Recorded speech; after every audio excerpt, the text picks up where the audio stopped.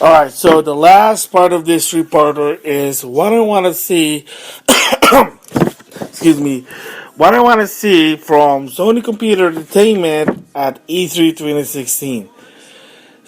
And again, disclaimer, I am sort of a Sony fan, supporter, so a little bit biased, to apologize. But let's see what they offer for this year. Last year, they offered some good games like announcements, updates, and bringing back classic game like Last Blade 2. So if you have Last Blade 2, check it out. It's a cult following. It's really famous during the 90s, the late 90s. So I mean, it's really old school. So SNK, awesome. Bring more of those classic SNK games for the PlayStation. So with that, here we go. So number 10, new update from the PlayStation 4, PlayStation 3, and hopefully PlayStation Vita. So what update? Well, surprised me, Sony. Maybe backwards compatibility. Finally. People were harping on that. They're really disappointed when you got rid of it, and I'll explain that later why that's important and why at the same time Sony's not doing it on the PS4. There's a lot of backstory about it. And then updates for the PS3, I guess. I don't know what else you can update. Vita. Okay, we knew that Andrew has basically stated the PlayStation Vita is now a legacy console. And if you're trying to go to places, good luck finding Vita games like Walmart, Target, Toys R Us, Best Buy. You're not going to see a lot of Vita games. GameStop, just some. And if you really want Vita game, your probably best bet is going to Amazon also, or eBay, or third-party people. But yeah, because it is a legacy. Sony already did announce that yes, it will, that they're no longer supporting the Vita. And like I said, the Vita had a potential system. What was the biggest problem with the Vita? One, the games were too expensive. Two, proprietary memory card. The PlayStation Vita memory card, not only its own proprietary, they were freaking expensive. Again, I'm sorry, it's just a freaking SD card, like your weird deformed SD card, and it's too expensive. And then the prices, man, that sounded greed. I'm sorry, that's greed over there. I know that the PS4 they lost a lot of money, but they did make it back with the PS4. But they kind of blew it with the Vita. I thought they learned their lesson, and they didn't. So again, any new let's see what new update they're gonna have for all three systems. All right. So number 9, new IPs. I always like Sony's IP. Even so, the game doesn't really sometimes sell. Order 1886. It's a beautiful game. It's actually fun, but for $60, yeah, no. But they had some good variety IP. Maybe show more. I know Dawn Horizon is one of the new ones they're gonna do from Killzone developers. I don't know what else they're gonna have. New IP. We'll just see. They always what's the best thing about Sony? They always show new IP. Whether they're successful or not, hey, at least they have the guts to try out. Capcom, other company, Nintendo, you did it with Splatoon. So new IPs. Number 8, price drop to $50 since PlayStation Neo and VR coming out. Yeah, I'm still gonna bug the game being $60. Yes, the other side of the story with that one is developer always said it multiple time again,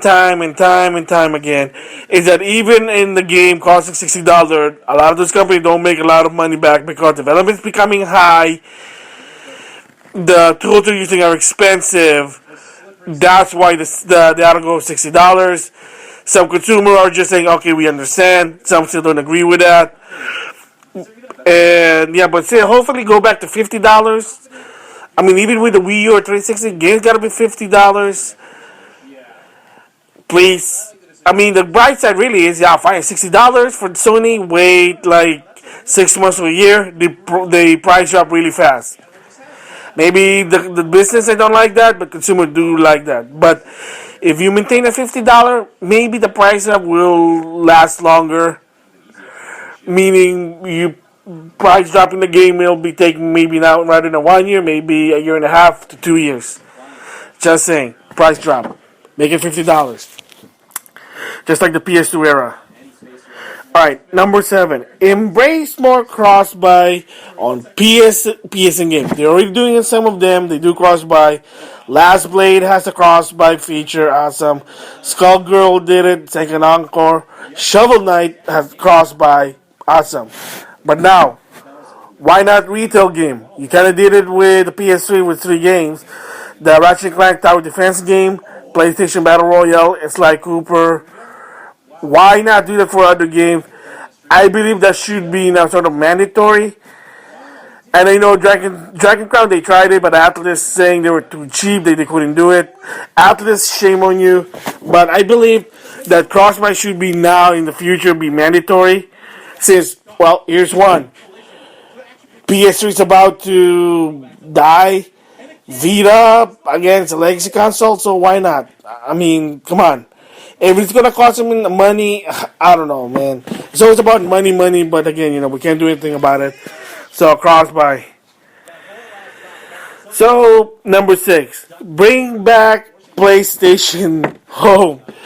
Okay, I'm not gonna lie to you, maybe I'm weird. I actually like PlayStation Home. It was an interesting idea. Gotta bring it back. I don't know why you removed it. And also, Sony developed a Sony version of Avatar, like Mii's or Xbox Avatar. You know, I know it's like copying someone, but come on, people like Avatar. Some people like them, like me, and they like the idea of you in the game. So, PlayStation Home, it was an Avatar, but you couldn't use it on the game. So maybe in the long run, that would be so interesting. Alright, number 5. Make PS2 to PS4 game cheaper by $5 to $10 rather than $10 to $15. Yeah. So if you didn't know, PS4 now has PS2 game to PS2 game on PS4. And they call it PS2 to PS4 game because the reason it's not only their PS2 game, but it has PS4 features such as trophies and able to stream. But unfortunately, games are from $10 to $15. Shuhei Yoshida basically said there's the reason why, and it's the same thing that that always said, when you're putting an old game to a new hardware, it's not just easy just putting a ham to a bread to make a sandwich. It costs money. You gotta do the coding. You gotta do some, I'd say, coding, some interface infrastructure, and that costs money. And if the game doesn't sell and you put it on the new console, all that money was a waste. So that's what. But again, you gotta make it cheaper. You got to make that thing cheaper because people are getting upset that it's ridiculous for a PS2 game. You're selling it like really, really high. Kind of disappointing. So in relation to that is number 4, improve PS Now, integrate it with an authentic system. Okay, this is the one I'm talking about, the backwards compatibility, maybe an update. Okay, when people heard about PlayStation Now, people thought, hey, be awesome. I put my old disc. Oh, I get the game. Now I can play on PlayStation Now. I own it. They didn't do it. They purposely did not do it. No one knows reason why. People say, "What? Are you guys greedy? You want to put your egg in one basket? You want your cake and eat it too?" That's kind of disappointing. I mean, you already are not putting backwards compatibility in the PS4. Okay, we knew the hardware direction wasn't working because here's the backstory. The PS3 they did that with the PS2, with the PS2 able to play back compatibility. The system went $600. Ken Kuragi wanted to make it cheap as it is with the PS2 back compatibility. A lot of the developers said not going to happen. That costs a lot of money. So that's why after a while, the Slim, basically they got rid of backwards compatibility. And other reason was that they want you to buy PS3 game if you have a PS3 system, PS4 games if you have a PS4 system. So that's why they kind of stay away from backwards compatibility. It is good for consumer. It is very important, but for the business side, they kind of felt if they do it, then that's like cannibalism. I don't understand why. So out maybe of software side, like I said, authentication. Microsoft done it with the 360 and they did it with the Xbox One now. So why can't PS4 do that? And what does that mean when I keep saying authentic system? Is to basically read the game to say, oh, this is a PS4 game or PS3 game. You have this game. You can play it on the PS4 now. Like either download, download it. You can now on your system, or should I say, for PlayStation Now. Oh, you have, let's say, PlayStation Battle Royale for the PS3. Oh, you can play that for free now without paying for the service. I mean, the alternative is port versions such as Shovel Knight. There's a PS3 version, there's a PS4 version, there's a Vita version, and if you want to transfer this file, you do the cross save. They did it with Dragon's Book, some indie game, and some indie game they done it. Heck, BlazBlue's doing it. Dynasty War is doing it. Uploading your data to a cloud server, pretty awesome. So that's like a good alternative. But people really want I want my PS3 or my PS2 collection to play in one console, like the PS4, because I don't want a lot of multiple console on my house and connected to multiple HDMI. So people always think, why not do an authentic system, put it in, let it read. And now I'm gonna go to the other side here. I may not agree with it, but I read this. I listened to this at podcast at the Backlog Battle podcast with Alex and Anthony. And again, like I said it before, I'm gonna say it again. Alex used to work for a game industry, so he knows the ins and out. So again, for anyone you follow Alex, you start to say, man, this guy's like weird or too technical, because he experienced what the game industry is. For us, we're just gamers. We just like games. We one day, it's still my dream of mine to do developing game. But once you get into it, sometimes you'll see the reality to it to some extent. But it doesn't say that it's bad. It's just like for Alex, he felt like, you know what? I don't want to do this. That's his business, but he knows more. So the reason why that Sony can't even do that also like an authentic system is, one, they don't know how, apparently. So Sony, disappointing, you don't even know how. And they say that as of right now, if they did put one, people can exploit it by basically copying a game, either a PS2 or PS3. They copy a game on that Blu-ray, put that copied Blu-ray game on the PS4, let it read. Oh, then the PS4 might say, oh, well, that's you got the game for free. So there you go. Or another one, the problem is say you rent the game at GameFly and you do it. So now you got it for cheap or whatever. But the point is, they felt like it needs more security before even implementing the authentic system. As of right now, they don't have the technology or the knowledge how to do it. So they just said, well, tough luck. Again, I don't really agree with that. Kind of disappointing. Sony, you got to make it happen in the long run. It is really embarrassing that your system is not even backwards compatible. I mean, another alternative, and I said it before, is have an add-on device for people who have legacy games. I mean, don't manufacture a lot of this. Do a special order. You can only buy it on your store. Have an add-on. Use like USB or an HDMI or USB connected to the PS4. At least, heck, you're saving on HDMI. And if it is an external power, so be it. But at least people not say, oh, now I can just use one console or one and a half, rather than hook up my PS2, my PS3, my PS4, etc., etc. So, yeah, back compatibility, It is a must. It should have been a must, and I know they trying to downplay that because, again, in perspective of business, it doesn't really benefit them. But in the long run, please your customer, you'll be pleased. Just saying. That's number 4 or number 3. Okay, that's number 3. All right. Well, like I said, number 4 was integrate an authenticity for ask for backwards compatibility. Number 3 is about backwards compatibility. So I kind of mix the two up, but you get the idea. All right, so that's number 4 and 3, which is improve PlayStation Now, integrate an authentic system to get your games. Also, have a software update for backwards compatibility with an authentic system, or just have an add-on device. All right, there you go. I do apologize. Number 2, able to play past PSN game on PS4 via update or mandatory cross-buy. Okay, I got a lot of PS3, PSN game. I would like to play them in the PS4 again to save on HDMI. If the 3DS can play a DSiWare game, if the Wii U can play WiiWare game, but you gotta go Wii mode, but again it's better than nothing. And Xbox One can play Xbox 360 Arcade Live game.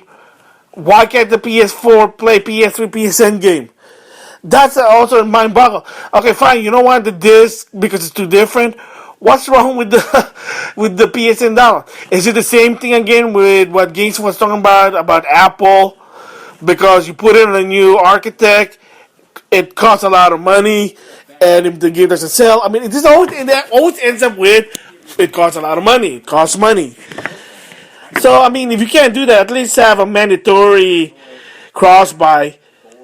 You know, to some extent. I mean, yeah. I mean, it is embarrassing. Like Skullgirl, they had to do Skullgirl 2, second encore, and then like if you have the first one, well, tough shit.